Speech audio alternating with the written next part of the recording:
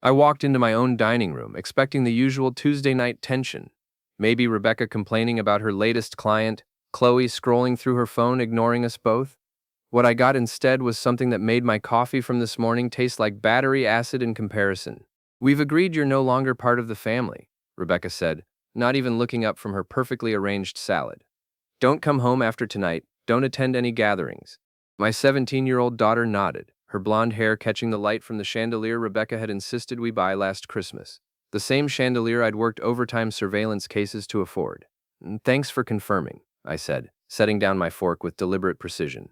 "I'll cancel all the automatic payments." Rebecca's head snapped up.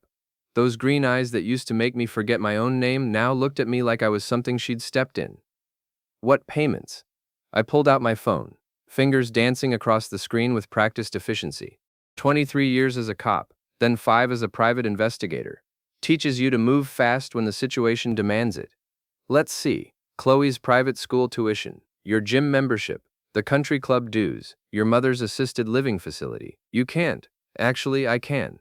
Another tap. There goes the premium cable package. And the house insurance. Tap. Car payments on your BMW. Tap.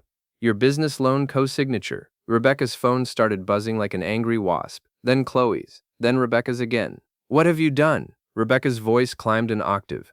I stood up, straightening my jacket, the same one I'd worn to a dozen crime scenes, the one that had seen me through interrogations of suspects who thought they were smarter than me.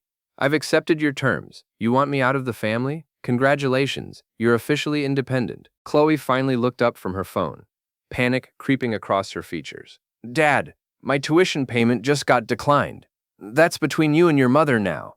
I headed toward the door, then paused. "Oh, and Rebecca, you might want to check your firm's business account. Turns out when you remove a cosigner, the bank gets nervous about those expansion loans." I walked out of that house. My house, the one I'd scraped together a down payment for, while Rebecca was still in graduate school, and heard Rebecca screaming at someone on the phone behind me. The October air bit through my jacket as I sat in my car, hands shaking slightly as I lit a cigarette. 3 months I'd been gathering evidence of Rebecca's affair with Liam Foster, the slick IT director at her architectural firm.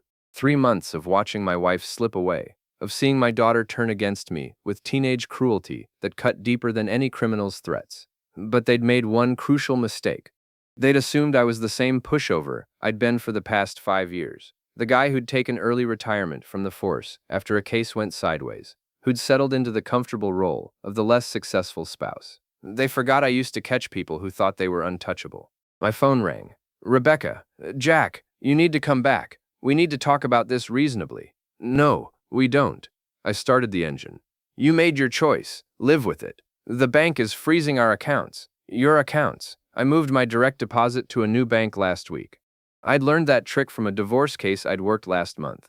Amazing what you pick up in my line of work. Enjoy explaining to your parents why you can't make the mortgage payment. I hung up and drove toward my office, a cramped second-floor space above Murphy's End, the dive bar where I'd started spending most of my evenings. The neon sign flickered against my windshield as I parked, casting red and blue shadows that reminded me of police lights. Inside my office, I opened the filing cabinet and pulled out the folder I'd been building. Photos of Rebecca and Liam entering the Riverside Motel. Credit card statements showing charges at restaurants I'd never been to. Text message screenshots from Rebecca's phone, the same phone she'd left unlocked one too many times. "Can't wait to be free of him," one message read.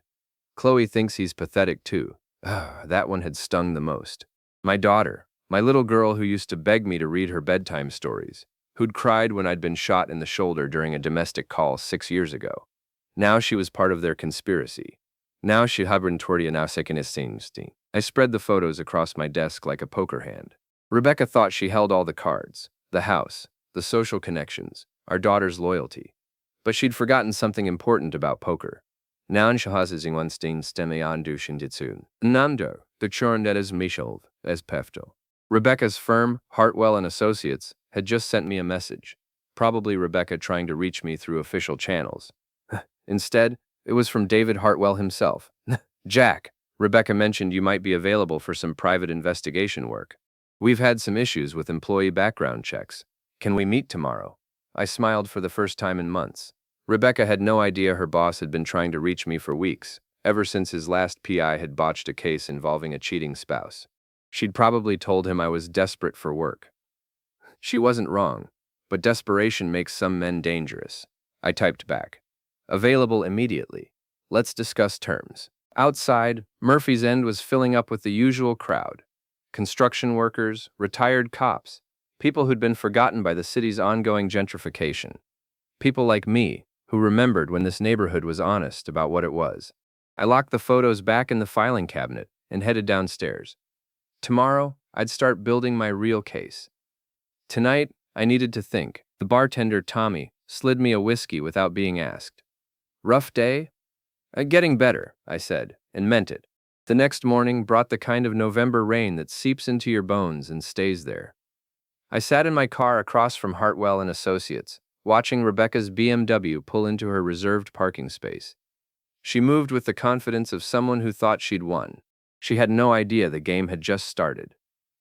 David Hartwell's office occupied the top floor of a converted textile mill, all exposed brick and floor-to-ceiling windows. The kind of space that screamed success to clients with deep pockets. Rebecca's design, naturally. Jack, thanks for coming. Hartwell was younger than I'd expected, maybe 45, with the soft hands of someone who'd never worked a day outside climate control. Rebecca speaks very highly of your investigative skills. I doubted that, but I nodded. What kind of background checks are we talking about? Sensitive ones. We're bidding on a government contract, and they require extensive vetting of all employees. Previous investigators have been inadequate. He slid a folder across his mahogany desk. 23 employees, including Rebecca and Liam Foster. My Christmas had come early. I'll need complete access to personnel files, company computers, financial records. Of course.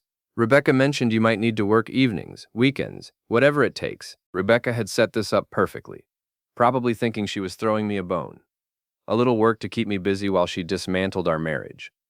She'd handed me the keys to her kingdom without realizing it. I'll start immediately. This kind of investigation typically takes 2 to 3 weeks. Excellent. Rebecca said you were thorough. I left Hartwell's office with a signed contract and administrative access to everything Rebecca thought was private. But first, I had another stop to make. The Riverside Motel sat on the edge of town like a guilty secret. The kind of place that rented rooms by the hour and didn't ask questions.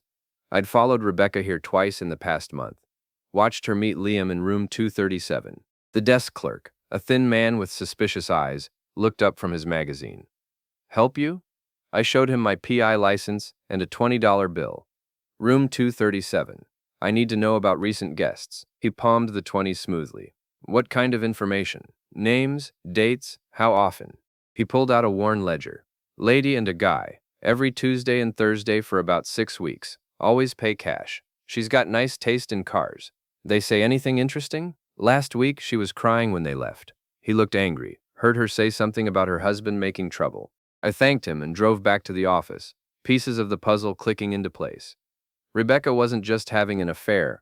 She was planning something bigger. The timing of their family meeting wasn't coincidental. Back at my desk, I logged into Hartwell's system and started digging. Liam Foster's personnel file made interesting reading. Previous job at a tech startup that had folded under suspicious circumstances, references that didn't quite check out, and financial records that showed spending well above his salary. Rebecca's file was even better. She'd inflated her credentials on several projects, claiming experience she didn't have. Worse, she'd been skimming from client accounts, moving money through shell companies that existed only on paper. My phone buzzed. Text from Chloe. Dad, I need money for the winter formal dress. I stared at the message for a long moment.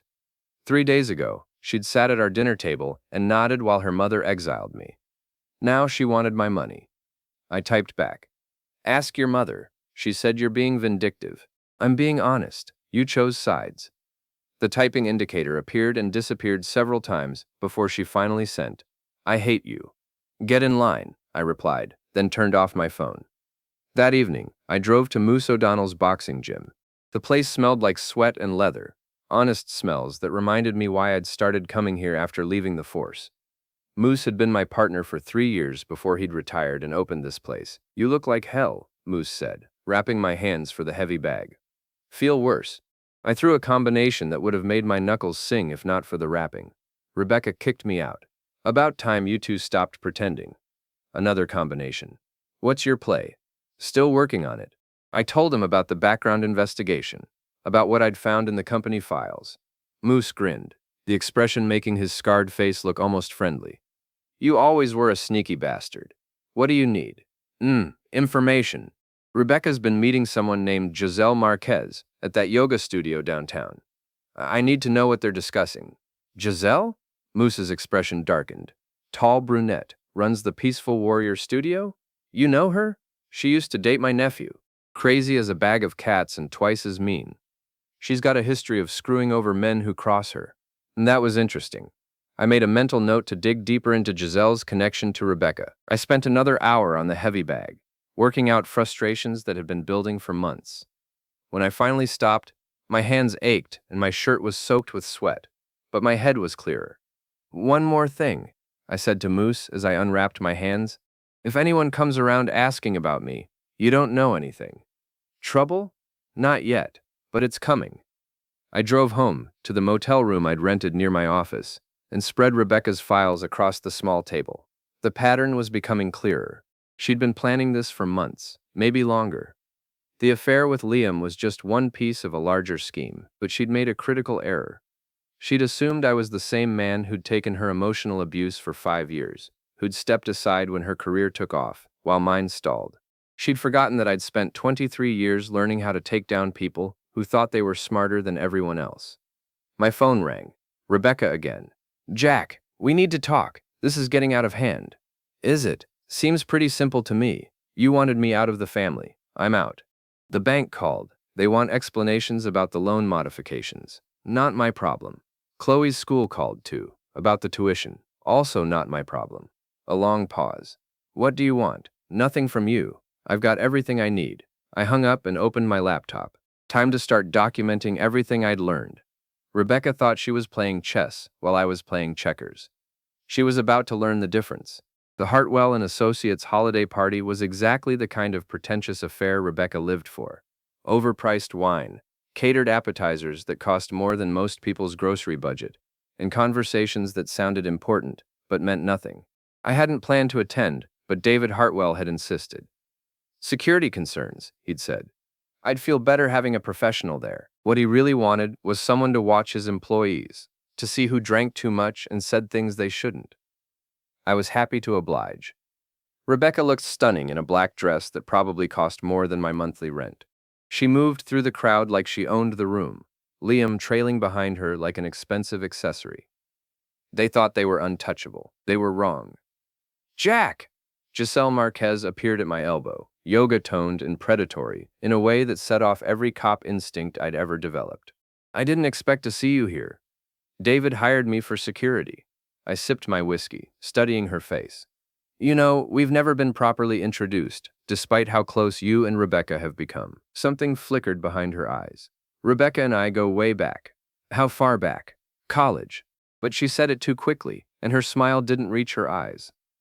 I filed that away for later investigation. Excuse me, I need to check the perimeter. What I really needed was to plant the listening device I'd brought. Rebecca's office was on the 3rd floor, accessible through a service corridor that most people didn't know existed. I'd learned about it during my initial security assessment. The device was smaller than a quarter, magnetic, and virtually undetectable, unless you knew exactly where to look. I placed it under Rebecca's desk, in the cable management area where it would blend in with the existing electronics. When I returned to the party, Rebecca was holding court near the windows, telling some story about a difficult client. Liam hung on every word like she was dispensing wisdom from on high. Interesting couple, David Hartwell said, joining me at the bar. They seem happy. Rebecca's been distracted lately. Mistakes in her work, missed deadlines. I'm considering reassigning some of her projects. I made sympathetic noises while calculating how this information fit into my growing understanding of Rebecca's situation. She was under pressure at work. Her personal life was imploding. And she had no idea I was documenting everything. The background investigations you're conducting, Hartwell continued. Have you found anything concerning? Still reviewing the data. I should have preliminary reports by next week. What I'd actually found was enough to end several careers and possibly trigger criminal investigations.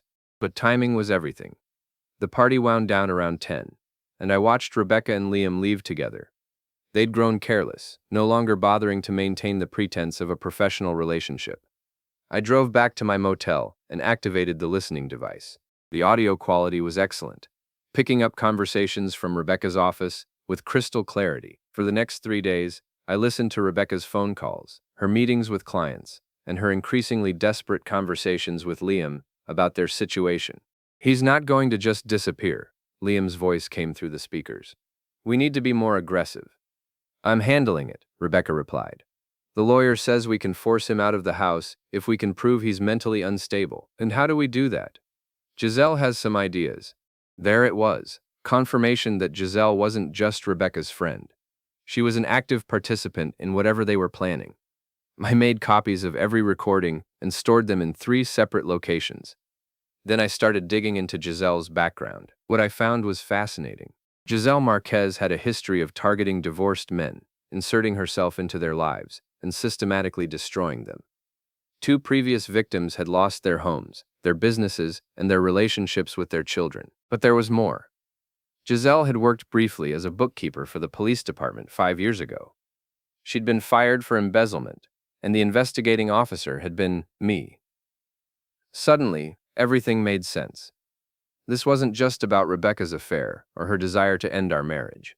This was revenge, carefully orchestrated by someone who'd been planning it for years. I called Moose. "I need backup." "What kind of backup?" "The kind that doesn't ask questions and doesn't leave fingerprints." "When and where?" "Tomorrow night. Rebecca's having dinner with Liam at Chez Laurent. I need to search Giselle's yoga studio." "You sure about this?" "I'm sure they're planning something that goes way beyond divorce, and I'm sure I'm not going to let them get away with it."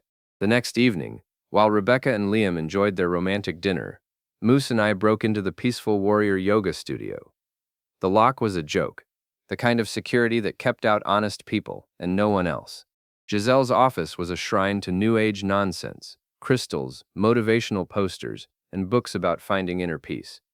But her filing cabinet told a different story.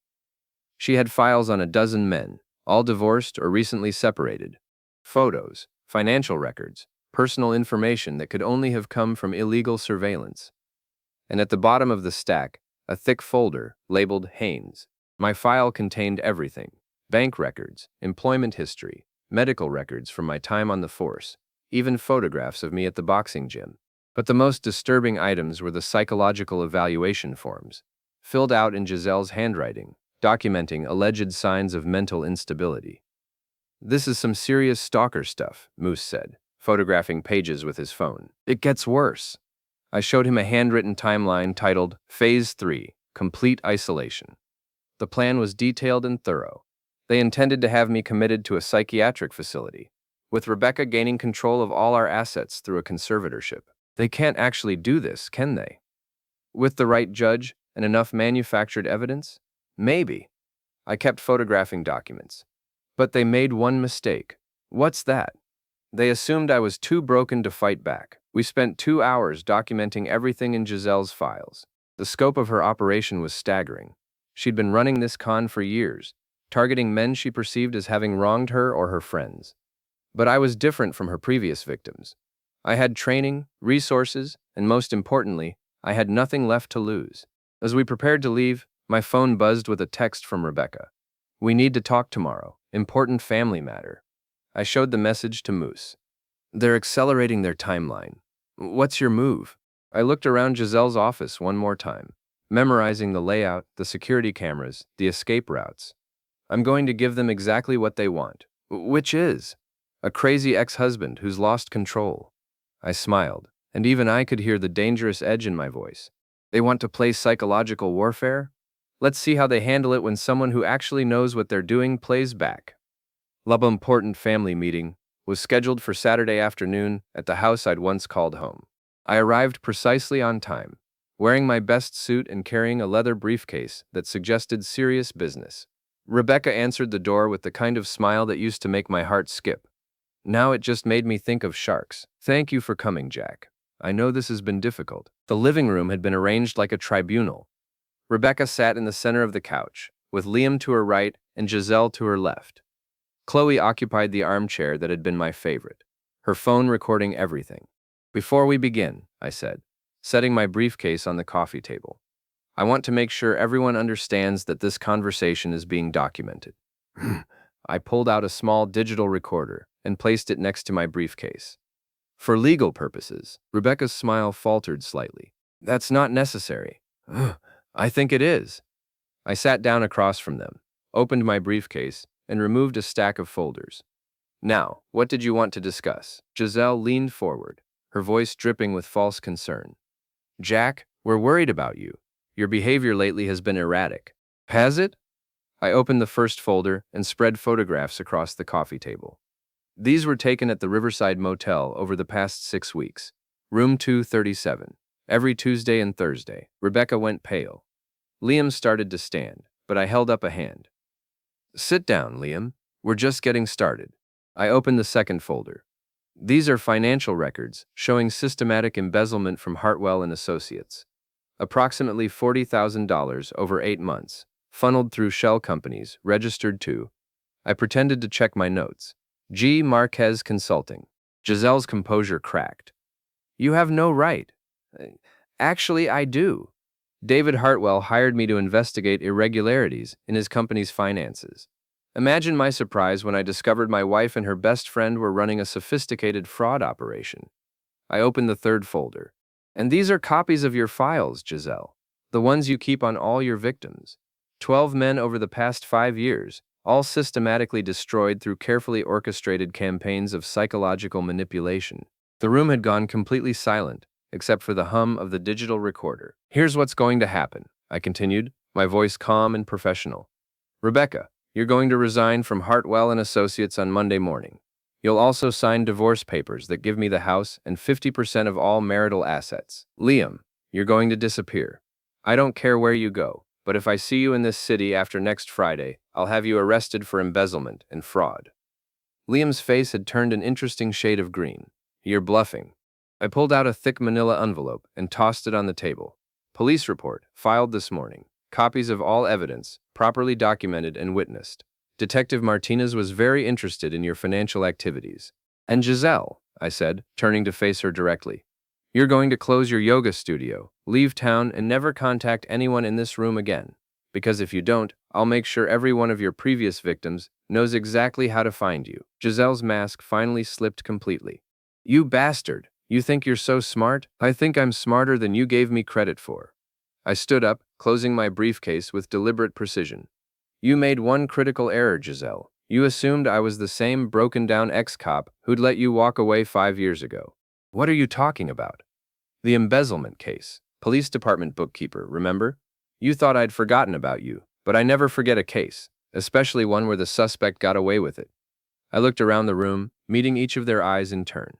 You have 48 hours to comply with my terms. After that, all evidence goes to the district attorney's office, and you'll be dealing with criminal charges instead of my generous offer. Chloe finally spoke up, her voice small and uncertain. Dad, I didn't know. Yes, you did. I looked at my daughter, seeing Rebecca's calculating nature reflected in her young face. You've been recording our conversations, feeding information to your mother, helping them build their case against me. You made your choice. I walked toward the door, then paused. Oh, and Rebecca? The house is already in my name. Turns out when you forge loan documents, the bank gets nervous and investigates. They were very interested to learn that you've been claiming income from sources that don't exist. Outside, I sat in my car for a moment, hands shaking slightly from adrenaline. Through the living room window, I could see them arguing, gesturing wildly at the photographs and documents I'd left behind. My phone rang. Moose, how'd it go? Better than expected. They're panicking. What's next? Now we wait and see who breaks first. I didn't have to wait long. By Sunday morning, Liam had cleaned out his apartment and disappeared. By Monday afternoon, Giselle had posted a closed indefinitely sign on her yoga studio. Rebecca held out until Tuesday. She called while I was having coffee at Murphy's End, watching the rain streak down the windows. Jack, we need to talk. Really talk. I'm listening. Not over the phone. Can you meet me at the house? Our house, you mean? The one you kicked me out of? A long pause. Yes, our house. I found Rebecca in the kitchen, looking smaller somehow, diminished. The confident woman who'd dismissed me from the family was gone, replaced by someone who looked genuinely frightened. I signed the papers, she said without preamble. The divorce agreement, the property settlement, everything. I poured myself a cup of coffee from the machine I'd bought 3 years ago. Smart choice. I also resigned from Hartwell's, also smart. She looked up at me, and for a moment I saw the woman I'd married 20 years ago. How long have you known? About the affair? 3 months. About Giselle's plan? 2 weeks. About you helping her? Since Saturday. I never meant for it to go this far. Yes, you did. I sat down across from her at the table where she'd announced my exile from the family. You meant for all of it. The affair, the psychological manipulation, the plan to have me committed. You just didn't mean to get caught. Tears started down her cheeks, but I felt nothing. Whatever capacity I'd had for sympathy toward Rebecca had been exhausted long ago. What happens now? She asked. Now you figure out how to rebuild your life without my money, my connections, or my forgiveness. And Chloe. Chloe made her choice. She's 18 in 6 months. She can live with the consequences. I stood up, leaving my coffee unfinished. The movers will be here Thursday to get my things. After that, you'll need to find somewhere else to live. Jack, please. No. I turned back to face her one last time. You wanted me out of the family, Rebecca. Congratulations. You got exactly what you asked for. I walked out of that house for the second time, but this time, I was the one in control. 3 weeks later, I was back in my house, unpacking boxes and trying to decide what to do with 20 years of accumulated memories. Most of Rebecca's things were gone, relocated to the small apartment she'd rented across town. Chloe had moved in with her, a final act of loyalty that surprised no one. The doorbell rang while I was hanging pictures in my study. Through the peephole, I saw David Hartwell standing on my front porch, looking uncomfortable. David, this is unexpected. I hope you don't mind the intrusion. I wanted to thank you personally. I led him into the living room, noting how his eyes took in the changes, the absence of Rebecca's expensive decorating touches, the return of furniture that actually looked comfortable. The investigation you conducted saved my company, he said. The embezzlement scheme was more extensive than we initially realized. How extensive? Nearly $200,000 over 18 months. If it had continued, we would have been bankrupt within a year. I poured him a whiskey from the bottle I'd moved back to its rightful place on the bookshelf. Any word on criminal charges? The district attorney is building a case. Your documentation was thorough enough to ensure convictions. He paused, studying his glass. I have to ask, how did you know to look for financial irregularities? I didn't, initially. But when you're married to someone for 20 years, you learn their patterns. Rebecca always lived beyond her means, always found ways to justify expenses we couldn't afford. When I saw her spending increase while her documented income stayed the same, I started asking questions.